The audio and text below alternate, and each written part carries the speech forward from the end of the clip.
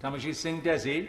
Thank you very much, Mr Deputy Speaker. And my gratitude also to the Backbench Business Committee, the Honourable Member for Mitcham and Morden, and all Honourable Members involved for ensuring time is given to this very important debate. There are many people in my Slough constituency with a direct interest in reconciliation, accountability and human rights in Sri Lanka because of their own links to that nation, because they have friends and family there, or because they are concerned about human rights. I had the pleasure of visiting this beautiful country and therefore appreciate fully the huge potential it has to succeed and prosper on the global stage.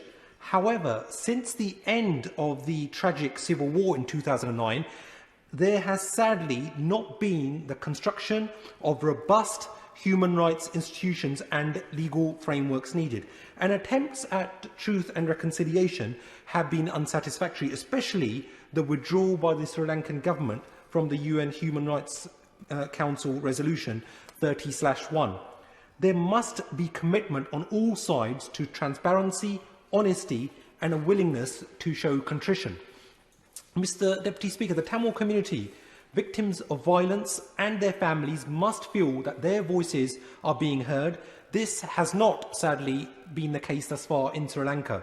Within the limited time available and without wanting to repeat what other honourable members have mentioned, I want to address one very specific abuse of human rights, an issue of huge concern to Sri Lankan Muslims, Christians and other faith communities, and one which I raised just earlier this month with the Foreign Office Minister, the forced cremation of those who have died from coronavirus. As the House will know, cremation of a human body is forbidden in some religions, including Islam. The Holy Quran sanctifies the human body as made by God and forbids cremation because it contends that human remains must return to the earth. But widespread reports indicate that Sri Lankan authorities have been cremating all COVID-19 victims, regardless of religion. The Sri Lankan government's chief epidemiologist claimed that burials would, and I quote, contaminate ground drinking water. There is absolutely no medical or scientific basis for this. The World Health Organization has made it clear that human remains can be safely buried without risk of spreading COVID-19, and across the world, including right here in the UK, countries have safely buried the bodies of those who have tragically died from this virus. And whilst reports indicate that these measures are being reversed, albeit not to full satisfaction yet, this has been seen by many as being in the broader context of oppression of minorities in Sri Lanka, including Hindus, Muslims, Christians, Tamils and others.